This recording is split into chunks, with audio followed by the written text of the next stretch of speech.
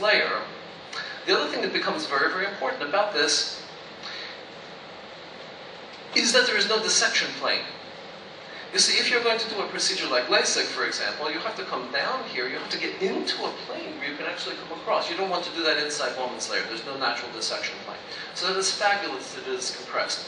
In fact, there was a hypothesis that Bowman's layer actually is not, we'll come back to this in a moment.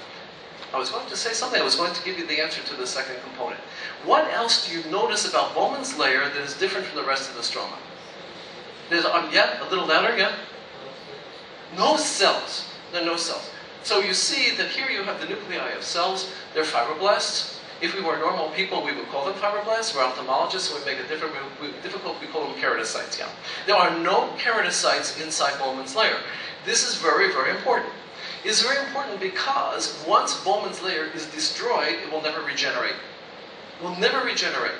Now, it can be destroyed in disease. My favorite disease is keratoconus, because I have keratoconus. I had a corneal transplant. I had a PK when I was 19 years old. You can traumatize Bowman's layer, for instance, to drill out a rust ring of the cornea if you get too aggressive with this. And I'm going to ask a little bit. I need to manipulate the controls in the computer. So somebody can give me a little bit more light. I need to be able to get to some of the keys on the computer. If you can turn this up for just a moment. Otherwise, I will make some mistakes. Yeah. Just a little bit. I just need on the stage a little bit of light. Is there a light here that we can turn on? Yeah. Oh no, this is fine without. Yeah. No. Is there a light here that we can turn on? Yeah. That is perfect. That's all we need. That's all I need. Thank you so much. Appreciate this. Okay. All right. So we have clefts. Now let me ask you a question. And this becomes very important. And sometimes we think of things that we don't plan to talk about. I didn't plan to talk about this. What would happen physiologically in an abnormal condition in which we put a layer of fibroblasts and collagen between the epithelium and Bowman's layer? So what would that do physiologically? It's a condition. It's called a pannus, but it's not every ordinary pannus. We have different types of pannuses in ophthalmic pathology. So if we put a layer, first of all, what color clinically is collagen? The sclera is what color? White. The sclera is white. So if you put a layer of collagen between the corneal epithelium and Bowman's layer, you have a thin white opacity that is subepithelial. Many ophthalmologists will refer to this incorrectly as a stromal scar. It is not. It is a degenerative pannus. Degenerative pannus. Now, let me ask you another question. How would it be possible to get fibroblasts here beneath the epithelium? Yeah, beneath the epithelium. How would they get there? So they're all cut. Please suggest some possibilities. I can think of 3. Maybe you can think of more. One possibility. Where does it? Yes, in the back. No?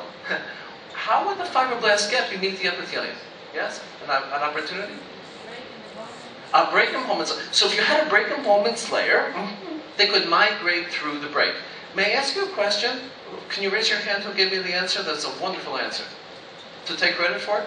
Wonderful. Let me ask you a question. Does the break have to be pathologic or could it be physiological? Are there physiological holes in Bowman's layer? So, yes? In recurrent epithelial, so let me ask you a question. Is recurrent epithelial erosion a painful condition? And very painful. How many people here have had a corneal abrasion, a corneal erosion themselves, contact lens overwear? It's very painful. So how do you get the sensation of pain from an interruption in the epithelium? What does this tell you about Bowman's layer?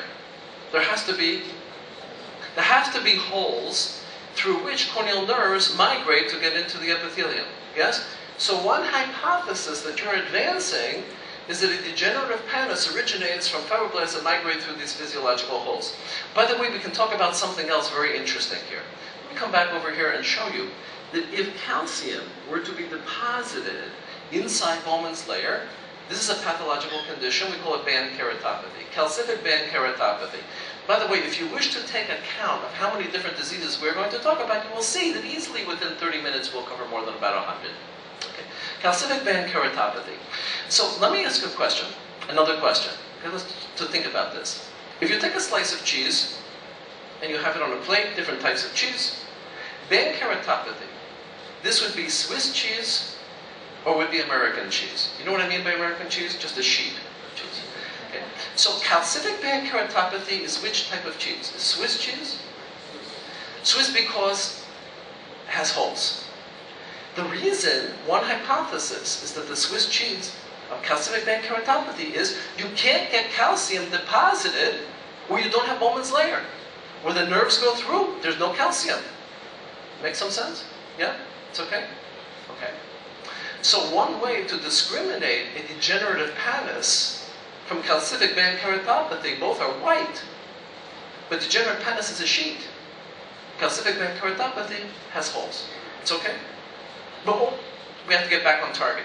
So to get back on target here, to get back on what we were talking about, what are the other mechanisms by which fibroblasts could get between the epithelium and Bowman's layer? One was, theoretically, you can get migration of the cortical keratocytes beneath the epithelium. A couple other hypotheses, what do you think? Okay, I'm not sure I heard correctly, but it could be, you could have the migration of the fibroblasts from the limbus. And for many years, this was the only hypothesis of how you get a degenerative cornea. They just come in from the limbus, they come subepithelial. Can I give you one last one? I will give you another way. It is possible for epithelia under stress conditions to generate collagen. Almost any cell under stress can generate collagen. Now we call this process, if you have substitution of one type of adult tissue for another, adult is very important because if you use embryonic substitution of one tissue for this, you call differentiation. We talked a lot yesterday about differentiation, stem cells. But if you have, so we call this process metaplasia. All right, so if you have someone who's smoking a cigarette long enough period of time, the ciliated epithelium in the bronchial tree, instead of becoming a ciliated epithelium, will become a squamous epithelium. We call it squamous metaplasia. Here, if the epithelium will synthesize collagen, we call it fibrous metaplasia. Fibrous metaplasia of the corneal epithelium. It's another hypothesis for degenerative pannus. I'm going to come back to this over and over again, because inside the eye, there are many examples of fibrous metaplasia. Okay? So we'll take that concept, put it on a shelf somewhere, we'll come back to it.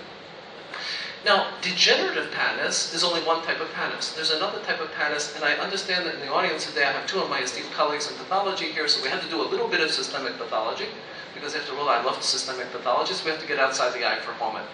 Let me give you another example of how important is Bowman's layer. And I have to talk about tumors because I have Professor Pe'er in the audience.